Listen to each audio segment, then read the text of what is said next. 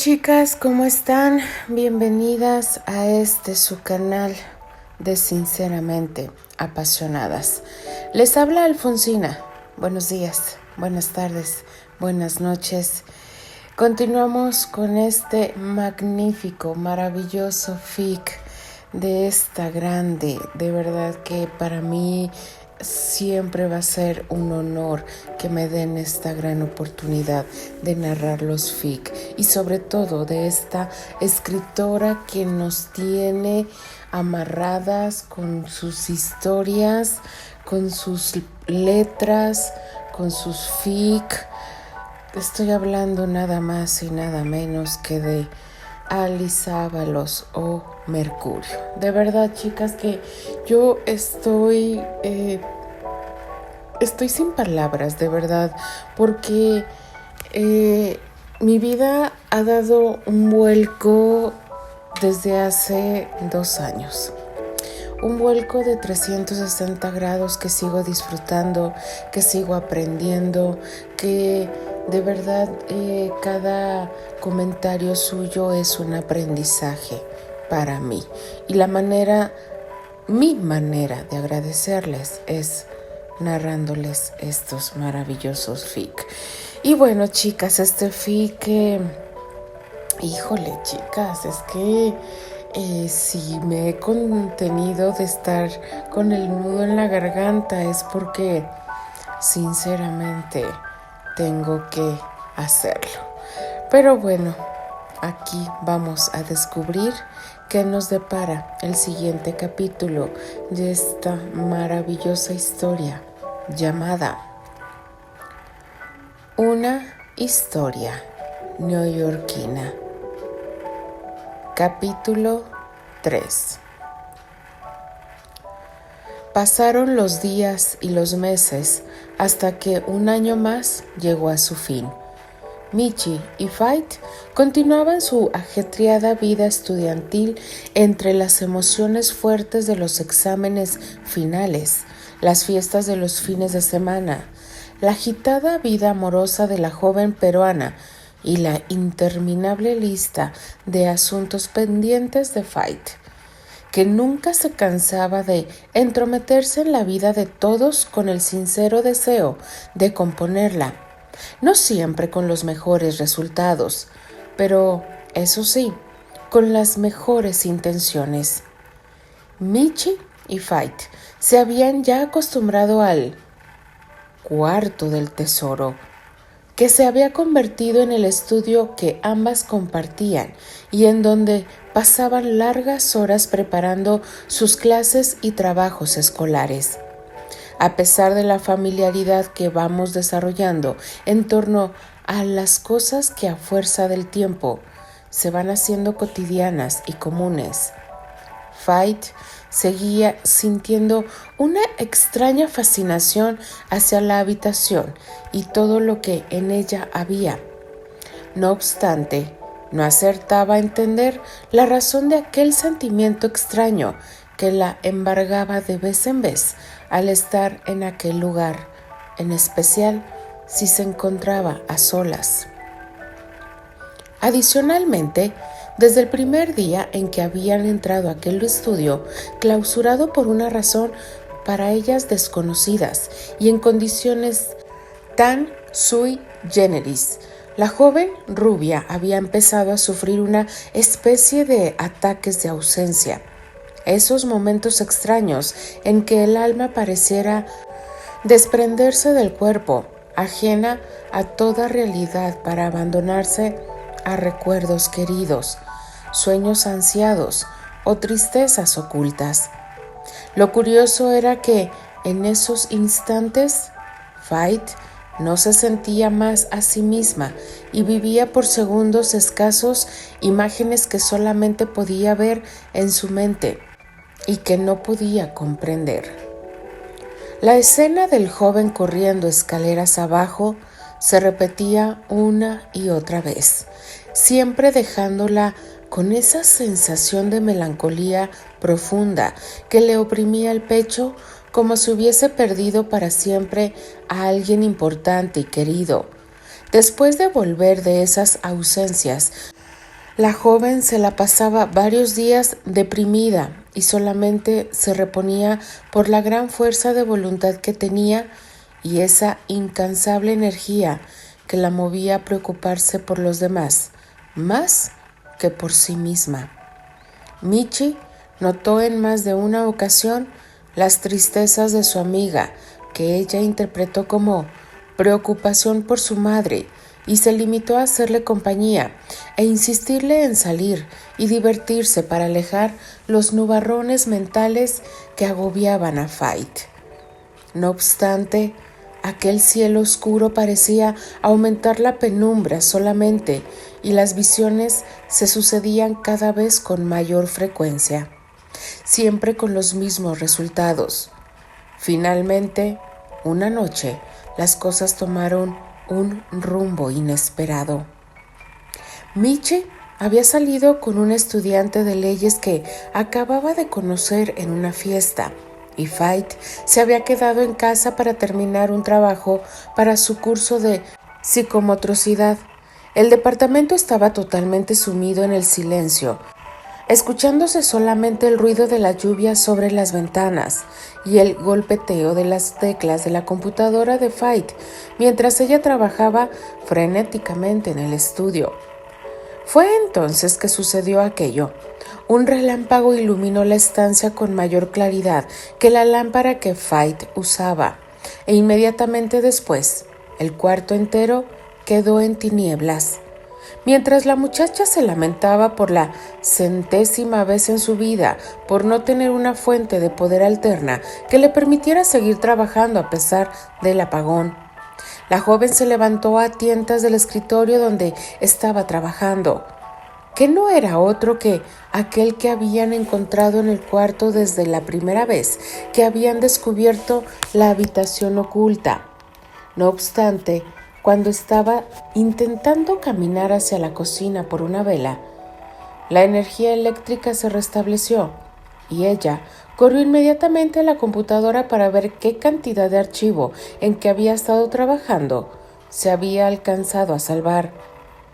Para su gran alegría no se había perdido ni una sola línea, pero esa buena nueva pasó a segundo término cuando los asombrados ojos de la joven llegaron al final de la página en la que había estado trabajando y se dio cuenta que, por misterioso y loco que pareciera, había una línea última, más bien unas cuantas palabras que ella no había escrito.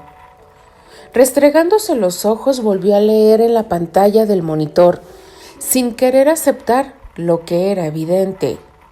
Ahí, frente a ella, en el mismo tipo de letra que ella estaba escribiendo, se podía leer claramente: el doble fondo del cajón derecho. Fait pensó que estaba a punto de volverse loca, y en el último intento por recuperar la cordura, borró aquel mensaje que parecía una mala broma de Michi. Pero como la joven no estaba en el cuarto, era pues imposible que ella hubiese sido la autora de semejante mensaje. La joven rubia se sacudió el cabello intentando aclarar sus pensamientos y con dedos nerviosos intentó seguir escribiendo. Sin embargo, después de pocos minutos los dedos no le respondieron más. En cambio, los ojos parecían habérsele clavado al cajón derecho del escritorio y sin poder resistir más, la muchacha lo abrió sacando todos los objetos que había dentro de él, con una ansiedad incomprensible. El doble fondo del cajón derecho. Se repetía a sí misma mientras sacaba lápices, papeles, grapas, clips y otros objetos hasta que el cajón estuvo limpio. El doble fondo del cajón derecho. Con manos temblorosas palpó el fondo del cajón hasta que las yemas de sus dedos sintieron una ranura en una de las orillas del cajón. Presionó con el índice y fácilmente la madera cedió, levantándose para dejar ver el contenido ligeramente polvoriento de aquel segundo fondo. Oculto tal vez por muchos años, descansaba un libro de piel de grandes páginas. La joven lo tomó en sus manos y al instante la visión de otras manos más grandes y de movimientos enérgicos, escribiendo sobre las páginas de aquel libro, le vino a la mente. La visión se cortó y ella se vio presa de una gran ansiedad que la llevó a limpiar el libro con el lienzo que usaba Michi para limpiar la pantalla del monitor y que estaba a la mano. Inmediatamente Fight abrió el libro y se dio cuenta que era más bien una especie de libreta que en la primera página tenía escrito a mano un poema en inglés que rezaba así: Stop all the clock, cut off the telephone, prevent the dog from barking with a juice bone, silence the pianos and with muffled door, breathe out the coffin, let the mourners come, let airplanes circle morning overhead, scribbling on the sky the message, she is dead. Pop creep bones round the white neck on the public dogs. Lay the traffic police, men wear black cotton gloves. She was my north, my south, my ends and west, my working week and my Sunday rest, my noon, my midnight, my talk, my son. I thought that love would last forever. I was wrong. That stars are not wanted now, but out everyone. Pack out the moon and dismantle the sun. Pour I want the ocean and sweet up the wood, for nothing now can ever come to any good. La joven reconoció el poema recordándole de su clase de literatura en la preparatoria, pero nunca antes como en ese momento le había parecido tan desoladamente triste. De repente, era como si el pozo de sus sentimientos más angustiosos y amargos se hubiesen abierto para dejar verter todas sus ocultas penas, aquella que incluso ella ignoraba llevar encerradas en el alma. Las lágrimas acudieron a sus ojos y hubiese querido dejar la habitación y arrojar al fuego aquel libro extraño, cuyo solo contacto parecía someterla a un estado de duelo inexplicable e irracional, pero por el contrario, una fuerza extraña la impulsó a seguir leyendo lo que estaba escrito en las páginas que seguían. En la segunda página, con la misma letra decisiva y rasgos largos, había escrita una fecha: 2 de julio de 1923. Fight sintió entonces que el corazón le daba un vuelco. Compulsivamente buscó el pisapapeles en forma de pirámide que ella había conservado desde el día en que había descubierto el cuarto del tesoro. Tan pronto como encontró el objeto metálico entre los libros y papeles que había él esparcido por el escritorio, la joven se dio cuenta que, efectivamente, las fechas en la base de la pirámide y en aquel libro coincidían. Casi sin respirar, la muchacha volvió de nuevo los ojos hacia el libro y continuó leyendo el contenido escrito debajo de aquella fecha, mientras que el alma, a pesar de su condición etérea, parecía resquebrajársele lentamente al tiempo que leía cada una de aquellas palabras que formaban juntas un largo texto a cuya lectura ella no pudo sustraerse. En este universo caótico, la certeza llega solo una vez. No importa cuántas vidas uno sea capaz de vivir. Mi certeza me llegó muy pronto y fue tan absoluta, tan indiscutible, tan imperante que jamás, desde aquella noche, fui capaz de negarla. Esta contundencia me ha acompañado siempre como única verdad pura y completa que he vivido.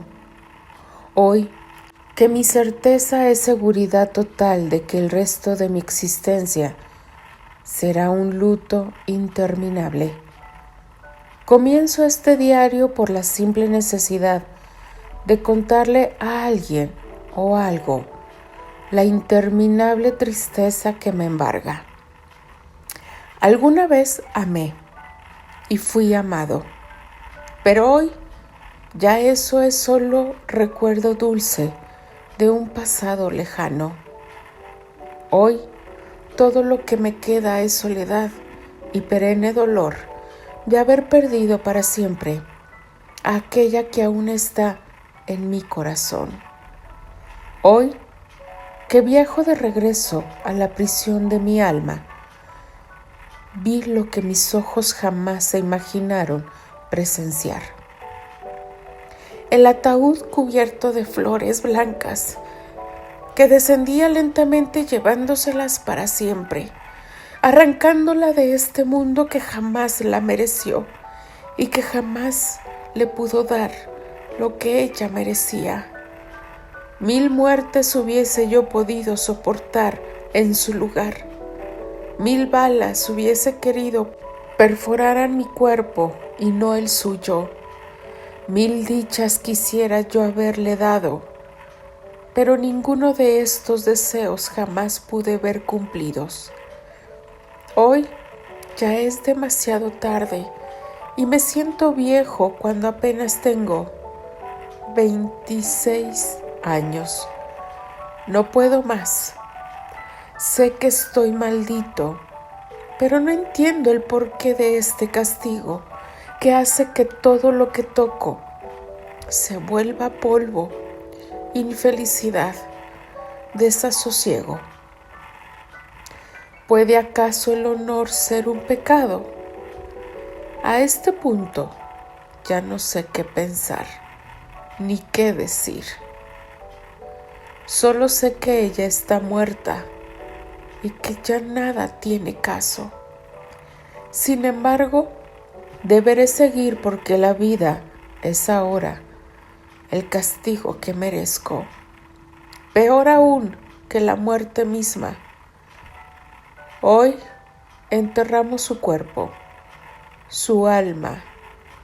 Estoy seguro, está ya en planos más felices. Pero aún así, el corazón me arde de pena porque ella, como diría Auden, que era mi norte, mi sur, mi este y mi oeste, mi día de trabajo y mi descanso dominical, mi tarde, mi medianoche, mi palabra y mi canción, se ha ido para siempre de este mundo. No sé cómo es que aún respiro. Al llegar a esa línea, los ojos verdes de la muchacha abrieron la noria de sus lágrimas totalmente y la joven tiró el libro corriendo hasta llegar a su recámara. Fait se arrojó al lecho sollozando sin parar y así siguió, llorando hasta que se hizo de día y Michi llegó de su cita, encontrando a su compañera de cuarto hecha un mar de lágrimas. ¿Pero qué sucede, Fait?, dijo la joven con sus pasmados ojos cafés abiertos de par en par al tiempo que abrazaba a su amiga. Ay, Michi, contestó la joven con voz entrecortada. Ha pasado algo horrible. Ella murió y él estuvo muy triste, como si se hubiese muerto por dentro. Ella, él. Preguntó Michi confundida, frunciendo el ceño. Por Dios, Fight, explícate. ¿De quién estás hablando? El joven de las visiones, Michi. El del libro, el del cuarto, dijo Fight, aún visiblemente alterada, confundiendo más a su amiga. Fight, espera, ¿de qué libro? ¿Qué cuarto? ¿Y qué visiones estás hablando? La joven rubia se llevó las manos a la frente, entendiendo que su amiga no podría comprender nada a menos de que le explicase con calma todo lo que había pasado. Así que, a pesar de su conmoción, reunió fuerzas para aclarar la situación. De ese modo le contó por primera vez a su amiga de las visiones de aquel joven de cabellos castaños, cuyo rostro no podía ver, y de la manera en que había descubierto el diario en el fondo falso del cajón. Michi se quedó muy sorprendida con todo aquel cuento, pero después del primer choque, su naturaleza escéptica la forzó a encontrar sentido a los sucesos que Fight le narraba. Aguarda un instante, Fight, dijo dándole a su amiga un pañuelo desechable que había tomado del buró junto a la cama. ¿Quién te ha dicho que el joven de tus alucinaciones esas es el mismo hombre que escribió ese diario y que vivió en este departamento, al parecer en los años 20? Bueno, yo... balbuceó Fight sin encontrar una respuesta coherente. Yo imagino que es así. Todo coincide. Además, así se detuvo. ¿Tú así qué, Fight? Fue lo único que la muchacha pudo alcanzar a decir casi en un susurro. Michi le lanzó a Fight una mirada de suave reproche, preguntando si era posible que el cansancio por los exámenes finales la estuviera perturbando al punto de hacerle decir y sentir incoherencias. Después de todo, Fight siempre se esforzaba el doble de los demás para poder conservar su beca. Mira, ahora vamos a hacer una cosa, dijo finalmente la joven morena. Tú te vas a tomar un té que te voy a hacer, igual al que hacía mi abuela en Perú, y con eso vas a dormir muy bien. Mañana te vas a la biblioteca a terminar ese trabajo, alejada de ese cuarto extraño. Ya después veremos qué hacer con el libro misterioso, ese que te puso tan mal. Fight, que se sentía tan cansada como si hubiese estado trabajando en las galeras con Ben-Hur, no atinó a hacer otra cosa que obedecer a Michi, tomarse el té e intentar dormir. Aunque esto último no lo pudo hacer todo lo bien que hubiese querido. La imagen del mismo joven volvía a perturbarle en sueños.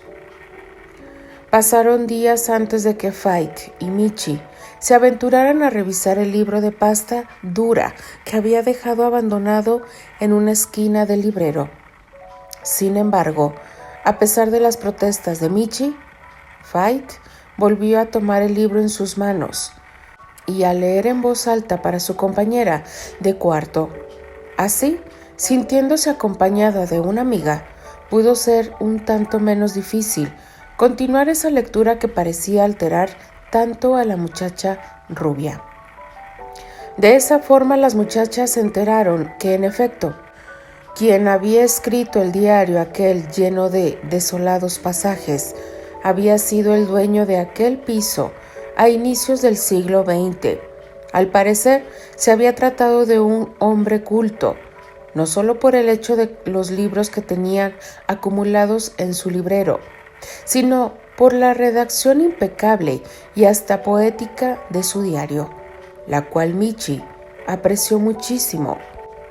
En aquellas páginas, el hombre dejaba entrever que se había dedicado a una actividad artística que no les quedaba muy clara a las muchachas, pero que sin duda tenía que ver con el teatro, porque mencionaba muchas veces ensayos, noches de estreno, críticas periodísticas y cosas por el estilo.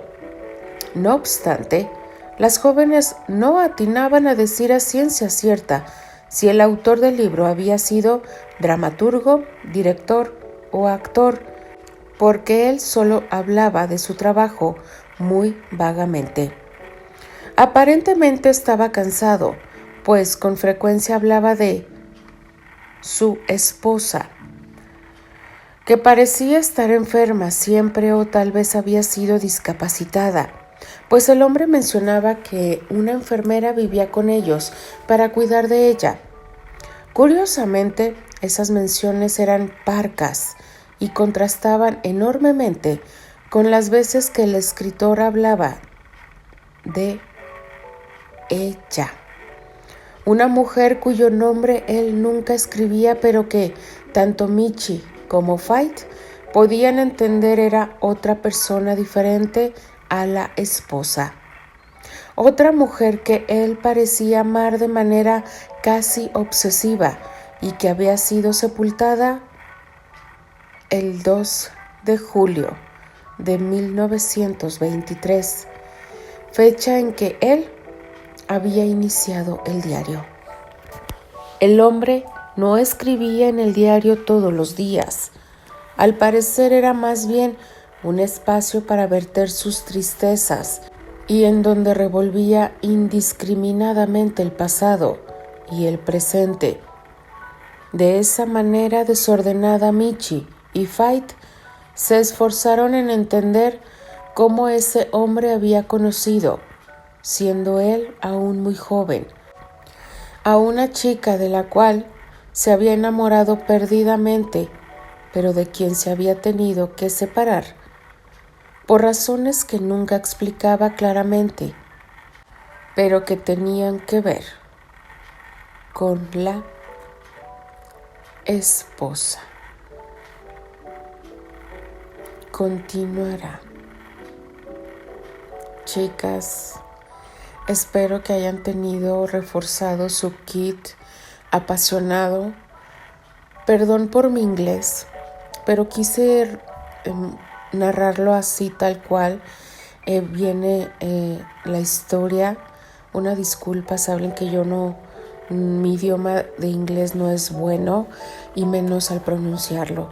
Pero ya después que vemos claramente lo que significa ese escrito, te rompe el alma. Te rompe el alma, chicas, porque yo cada que iba narrando cada palabra, perdón, se me vuelve a quebrar la voz, se me venía a la mente Terry sentado y escribiendo este diario en la única forma de desahogar su alma de toda esa gran tristeza que él tenía. De verdad, chicas, que este fic nos va a traer con las emociones al tope, sinceramente. Y el estarlo yo narrando, híjole, chicas, de verdad, qué mejor regalo podía tener que estar narrando a una de las grandes. Chicas, sí, es inicio de semana. Les deseo un maravilloso lunes, martes, miércoles, jueves, viernes, todos los días. Les mando un fuerte abrazo. Déjenme su like, déjenme sus maravillosos mensajes, comentarios y yo simplemente me despido. Les habla Alfonsina, la chica de los labios rojos, y de parte de las apasionadas. Nos escribimos, nos leemos y nos escuchamos en el siguiente capítulo. Adiós.